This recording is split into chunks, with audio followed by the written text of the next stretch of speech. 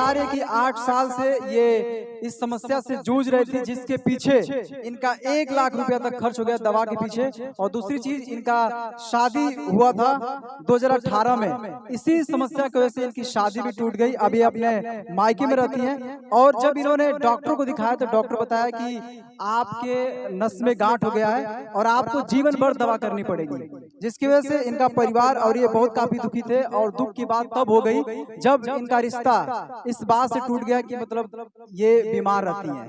पर जैसे ये महाभिषेक में जुड़ी, महाभिषेक को जानी, पास्टर अरविंद जी ने बताया, और फिर इसके बाद ये लगातार यहाँ पर आने लगी।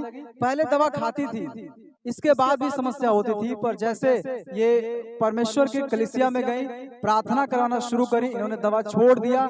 और अब जो है इनके पास वो समस्या नहीं है और पूरी तरीके से बता रही है कि मैं ठीक हो चुकी हूँ। फिर दूसरी इन्हीं के साथ साथ गवाही है कि ये जब भी प्रेयर करती थी, जब भी सभा में आती थी, तो ये बहुत काफी झूमा करती थी, बहुत काफी इनका सर झूमता था। पर जैसे ये 3 मंथ से यहाँ पर आ रही हैं, लैंड यहाँ पे हो रहा, प्रेयर हो रहा, अब ये बता रही है कि मैं पूरी तरीके से अब उस समस्या से छूट गई हूँ। अब दोनों समस्याओं से मैं पूरी तरीके से छुटकारा पा चुकी और परमेश्वर के बड़े नाम की महिमा कर रही हूँ। हालेलुया। जी, क्या नाम है आपका?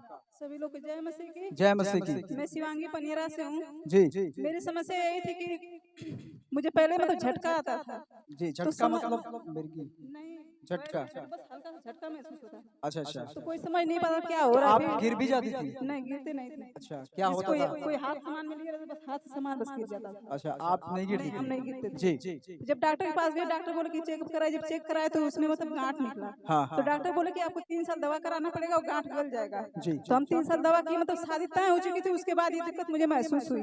जब शादी हमारी हो गई तो वहाँ पे मतलब दिक्कत नहीं हुआ, लेकिन जब दवा हमको वहाँ पे जाकर बता दी कि ऐसी सी बात है, मतलब वो तो साल भर तक सभी सही से रखे लो, दवा भी चलाए लो। फिर मेरी जब बेटी पैदा होगी तो बेटी को लेकर के ज्यादा टेंशन में हो गया कि बेटी को भी वही दिक्कत हो जाएगी अगर इसको दिक्कत है तो। इस वजह से धोखा देकर मुझे छोड़ दिए लोग, विदाई तो अच्छे से, लेकिन छोड़ दिए लोग। उसके लिए मैं उन लोग का बहुत बहुत धन्यवाद करती हूँ, क्योंकि अगर लोग नहीं छोड़ते तो मैं परमेश्वर के पास नहीं आ पाती। जी। और दूसरी गवाही मतलब यही। अच्छा, कितना पैसा खर्च हो गया था? मतलब 3-4 साल दवा हम खाए, 3 साल डॉक्टर बोले थे। फिर जब चेक करा तो रिपोर्ट नॉर्मल आ गया। नॉर्मल के बाद फिर वो 9 महीने दवा छोड़े हो गया, फिर वही दिक्कत होने लगी। जब डॉक्टर के पास गए तो डॉक्टर बोले कि आपको अच्छा, वो जो गांठ थी, आपने 3 साल दवा किया, फिर रिपोर्ट कराया तो नॉर्मल आ गया। फिर इसके बाद भी समस्या वो हो रही? 9 महीने बाद फिर दिक्कत होना शुरू हो गई। जी। तो फिर उसी डॉक्टर के पास गए तो बोले कि जब ऐसी दिक्कत नॉर्मल के बाद भी हो रही तो आपको जिंदगी भर दवा चलानी पड़ेगी। अच्छा। हम लोग मतलब बहुत ज्यादा चिंतित हो, कौन हमारी दवा कराएगा, कौन मतलब कैसे हम रहेंगे कि बेटी के लिए, बेटी को लेकर के। और फिर मतलब कुछ समझ में आया कि मैं किसके पास जाऊँ कि कोई मेरी समस्या को सुने। तो उस समय में मुझे परमेश्वर ने चुना कि यहाँ पे जाओ, मतलब भीरगु अंकल है यहाँ पे होंगे, उन्होंने मुझे मतलब रास्ता दिखाया कि बेटी यहाँ पे जाओ।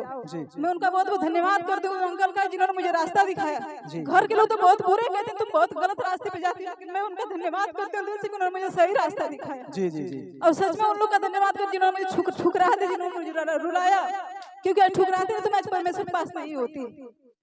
और यही गवाही मेरी है कि यहाँ पे आने के बाद कलीसिया में जब मैं आती थी तो मेरा बहुत ज्यादा झूमना शुरू हो गया था। फिर घर पे प्रेयर पे बैठी थी, बहुत ज्यादा झूमती थी। झूमने के बाद फिर मैं यही सोचती थी कि मैं कैसे ठीक हूँ, कैसे। फिर अरविंद भाई ने मुझे मतलब रास्ता बताया, बस इन्होंने मुझे आज्ञा देते रहे कि ऐसे से बहन आप करते जाइए। और सच में चाहे कुछ भी, मैं उस आज्ञा को टालती नहीं थी, क्योंकि मैं ये सोचती थी कि मैं आज्ञा को टालूं तो देखने वाला परमेश्वर है। और सच में बस आज्ञा को मानना मेरी जिम्मेदारी थी।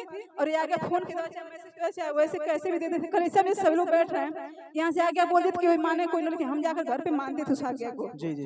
और सच में बस आज्ञा यही कारण कि आज्ञा के वजह से आज हम यहाँ तक पहुँचे हैं। और वो झूमना है मेरा, जब से यहाँ पे 12 अगस्त को यहाँ से आई, 12 जुलाई को मैं यहाँ पे आई, और संजी मेरे लैंड की तब से लगातार मेरे लैंड किए।